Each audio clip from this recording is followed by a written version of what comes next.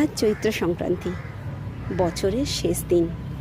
সারা বছরের আনন্দ, হাসি, উচ্ছ্বাস, দুঃখ, কষ্ট, গ্লানি, টক, ঝাল, তেতো সমস্ত মানসিক শারীরিক অবস্থা কাটিয়ে আমরা নতুন বছরকে গ্রহণ করি আজকের পরে।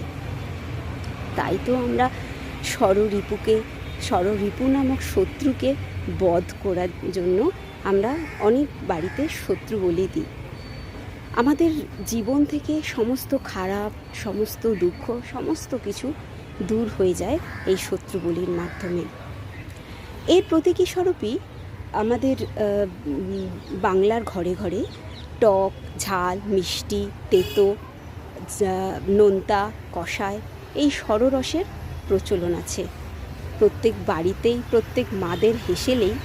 সেই জন্যই তো আজ কোথাও টক ডাল, তেতো, আবার কোনো কোনো বাড়িতে পাচন হয়ে থাকে।